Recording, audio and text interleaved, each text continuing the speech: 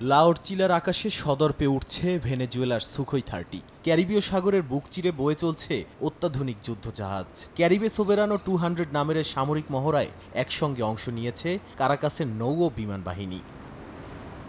দেশটির রাষ্ট্রীয় টেলিভিশনে প্রচারিত ভিডিওতে দেখা যায় উভচর ট্যাঙ্কের অবতরণ করিয়ে দ্রুতই সৈকত সুরক্ষিত করছে সেনারা।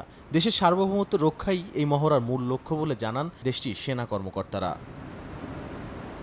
রাজধানী কারাকাসের সামরিক ও প্রতিরক্ষা কেন্দ্র থেকে পরিস্থিতি সরাসরি পর্যবেক্ষণ করেন দেশটির প্রতিরক্ষা মন্ত্রী Vladimir Padrino Lopez. President Nicolas মাদুরোর নির্দেশে শুরু করা এই মহড়াকে প্রতিরক্ষা কৌশল হিসেবে আখ্যা দিয়েছেন তিনি।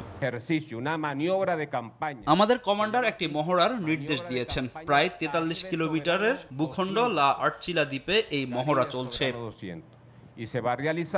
যুক্তরাষ্ট্রের সঙ্গে চলমান উত্তেজনার মধ্যেই হচ্ছে ভেনেজুয়েলার 3 দিনব্যাপী এই মহড়া। কারাকাসের সামরিক শক্তি প্রদর্শনের এই মহড়াকে ওয়াশিংটনের প্রতি কড়া বার্তা বলেই মনে করছেন বিশ্লেষকরা।